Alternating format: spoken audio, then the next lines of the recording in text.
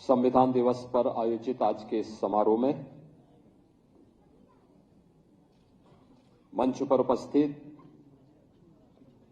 प्रदेश सरकार में मंत्रिमंडल के मेरे वरिष्ठ सहयोगी, उप मुख्यमंत्री द्वय श्री केशव प्रसाद मौर्य जी, श्री ब्रजेश पाठक जी, प्रदेश के संसदीय कार्य और वित्त मंत्री श्री सुरेश कुमार खन्ना जी, अध्यक्ष उत्तर प्रदेश राज्य विधि आयोग न्यायमूर्ति डॉक्टर श्री प्रदीप कुमार श्रीवास्तव जी, अध्यक्ष उत्तर प्रदेश अनुसूचित जाति एवं जनजाति आयोग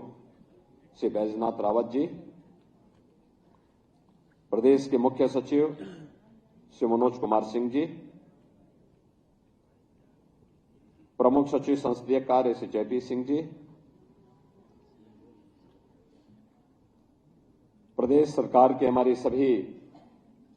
मंत्रिमंडल के सहयोगी गण, माननीय जनप्रतिनिधिगण, प्रदेश भर से आज के समारोह के साथ जुड़े हुए सभी माननीय जनप्रतिनिधि और उपस्थित महानुभाव और उपस्थित प्यारे बच्चों, मैं सबसे पहले पूरे प्रदेश वासियों को संविधान दिवस की हृदय से बधाई देते हुए भारत के संविधान निर्माताओं, स्वाधीनता संग्राम सेनानियों को कोटि कोटि नमन करते हुए विनम्र श्रद्धांजलि अर्पित करता हूं। विशेष रूप से भारत के संविधान के वास्तुकार बाबा साहब डॉक्टर भीमराव अंबेडकर जी को, जिन्होंने भारत के संविधान को भारत के अनुरूप बना करके दुनिया के सबसे विस्तृत संविधान के माध्यम से आज ही के दिन 1949 में एक भारत श्रेष्ठ भारत की आधारशिला को पुख्ता कर दिया था। हम सब जानते हैं कि 15 अगस्त 1947 को देश आजाद होता है,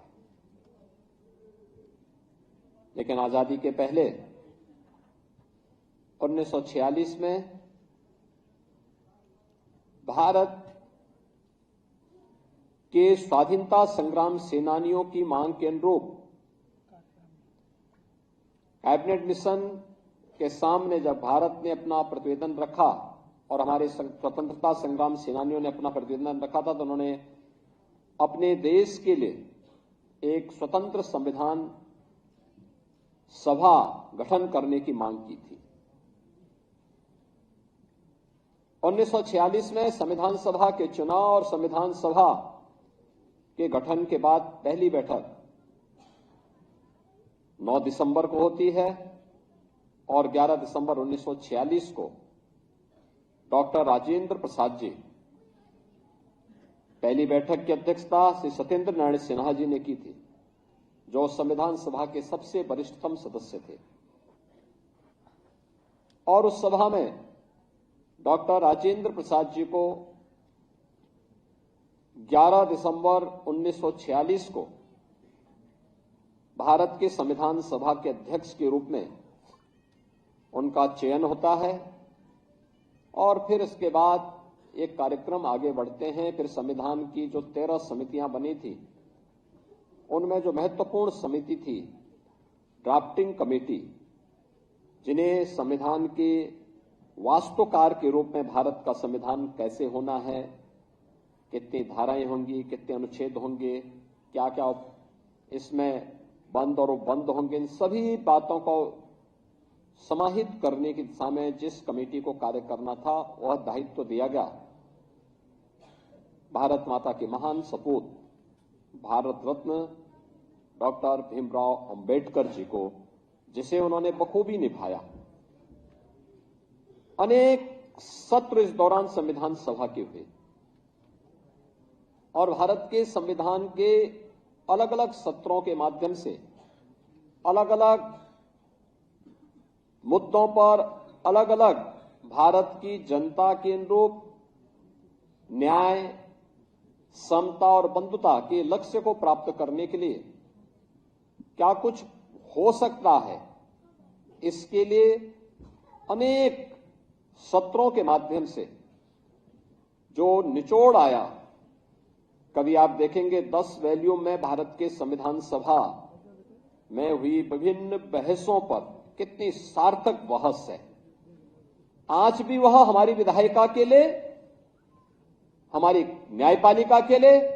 और हमारी कार्यपालिका के लिए एक मार्गदर्शिका के रूप में वे डिबेट हम सबका मार्गदर्शन करते हैं। और हम लोग चाहेंगे कि वास्तव में भारत के संविधान सभा के माध्यम से जो डिबेट हुई है, हर संस्थान में वे डिबेट होनी चाहिए। आपको उसमें मुद्दे मिलेंगे, तथ्य मिलेंगे,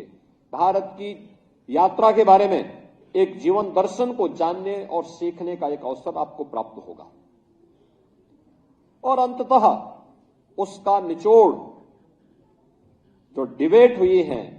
वे डिबेट मूल रूप से नहीं, उसका एक निचोड़ जो लेके आना था, वह भारत के संविधान के रूप में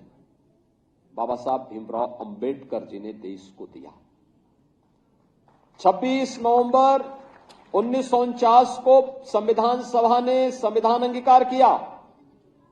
और 26 जनवरी 1950 को भारत ने अपना संविधान लागू किया। ये हमारा सौभाग्य है कि भारत की स्वाधीनता के अमृत काल में हम भारत के संविधान के अमृत महोत्सव वर्ष का शुभारंभ कर रहे हैं। और ये अमृत महोत्सव वर्ष भारत के संविधान की दृष्टि से अत्यंत महत्वपूर्ण वर्ष है। यहां पे केवल नागरिक अधिकार की ही बात नहीं होनी है, बल्कि प्रधानमंत्री से नरेंद्र मोदी जी, जिनके प्रयास से, जिनके दूरदर्शिता के कारण आज हम संविधान सभा का दिवस के इस आयोजन के साथ सहभागी बन रहे हैं, जिसे उन्होंने आज से 10 वर्ष पहले पूरे देशवासियों को कहा था, जब उन्होंने बाबा साहब भीमराव अंबेडकर के भव्य स्मारक के बनाने के कार्यक्रम का शुभारंभ किया था। तब उन्होंने कहा था कि समय आ गया है जब हम भारत के संविधान दिवस को भी एक सार्वजनिक महत्व का दिवस मान करके इस आयोजन को पूरी भव्यता के साथ आयोजित करना सीखें। और फिर उन्होंने नोटिफिकेशन जारी करवाया और नोटिफिकेशन जारी करवाने के बाद 26 नवंबर 2015 से संविधान दिवस का एक कार्यक्रम इस भव्यता के साथ पूरे देश के अंदर आयोजित हो रहा है। यह हमारा सौभाग्य है कि उत्तर प्रदेश में विधानसभा और विधान परिषद में हम लोगों ने नागरिक कर्तव्यों को लेकर के इस पे एक डिबेट भी करवाई थी। लगातार इन मुद्दों पर चर्चाएं हुई। 2019 में हम लोगों ने इस मुद्दे पर विशेष सत्र आयोजित करके इस पर एक दिन का पूरा सत्र ही नागरिक कर्तव्यों को लेकर के उत्तर प्रदेश विधानसभा ने आयोजित किया। महत्वपूर्ण यह है कि भारत का संविधान हमें अधिकार देता है, और कितना बड़ी बात है कि भारत के हर जाति, मत, मजहब के लोगों को, जो भारत का नागरिक है, उस हर वयस्क मतदाता को भारत के संविधान ने समान मताधिकार की शक्ति दी है। याद करना, दुनिया के तमाम ऐसे देश हैं जो अपने आप को आधुनिक लोकतंत्र का जनक मानते हैं, उनके यहां जाति खेमे में बटे हुए लोग थे। वे उन्होंने अपने यहां भेदभाव किया था, उन्होंने अपने प्रत्येक नागरिक को वोटिंग का पावर नहीं दिया था। लेकिन भारत ने जब पहला आम चुनाव 1952 में होता है तो हमारे इस महान संविधान के नाते भारत का हर वह नागरिक जो वयस्क मतदाता था उसको मताधिकार का एक समान अधिकार प्राप्त हुआ था। ये भारत के संविधान की देन है और बाबा साहब भीमराव अम्बेडकर की देन है। याद रखना, दुनिया के अंदर आधुनिक लोकतंत्र के जनक कहे जाने वाले उन तमाम देशों में महिलाओं को मताधिकार की ये शक्ति भारत से बाद में प्राप्त हुई और अब तो भारत उससे भी आगे बढ़ चुका है। जब प्रधानमंत्री मोदी जी ने नारी शक्ति वंदन अधिनियम पारित करके आने वाले समय में विधायिका में जाने वाला सदस्य 1/3 अब केवल पंचायती नहीं बल्कि महिला सदस्य भी संसद और विधानसभाओं में चुन करके आने वाले समय में परिसीमन के बाद जाएंगे। यह अधिकार भी प्रधानमंत्री मोदी जी ने दुनिया के अंदर सबसे पहले भारत के अंदर दिया। भारत का संविधान भारत के नागरिकों को संरक्षण भी प्रदान करता है, सम्मान भी प्राप्त करता है, समानता के भाव के साथ भी जोड़ता है और संविधान निर्माताओं की मूल भावनाओं का सम्मान करना भी सिखाता है। और इसीलिए न्याय, समता और बंधुता इसकी मूल भाव को लेकर के अनेक उतार चढ़ावों का सामना करते हुए भारत के संविधान ने अपने इन 75 वर्षों की यात्रा को किस शानदार तरीके से किया है कि जिन लोगों ने भारत के संविधान का गला घोटने का काम किया था, जनता ने उनको भी सबक सिखाने में कोई कोताही नहीं बरती है। आपने देखा होगा किसी भी संविधान या किसी भी पवित्र कार्यक्रम की आत्मा उसका उद्देश्य होता है। भारत का जो मूल संविधान बाबा साहब भीमराव अम्बेडकर ने जिसे 26 नवंबर 1949 को जिस संविधान को अंगीकार किया था, याद करना, उस संविधान में 2 शब्द नहीं थे, सेकुलर शब्द भी नहीं था और समाजवादी शब्द भी नहीं था, सोशलिस्ट शब्द भी नहीं था। कांग्रेस ने चोरी छिपे जब ये देश के नागरिक अधिकार निरस्त किए गए थे, इमरजेंसी थी,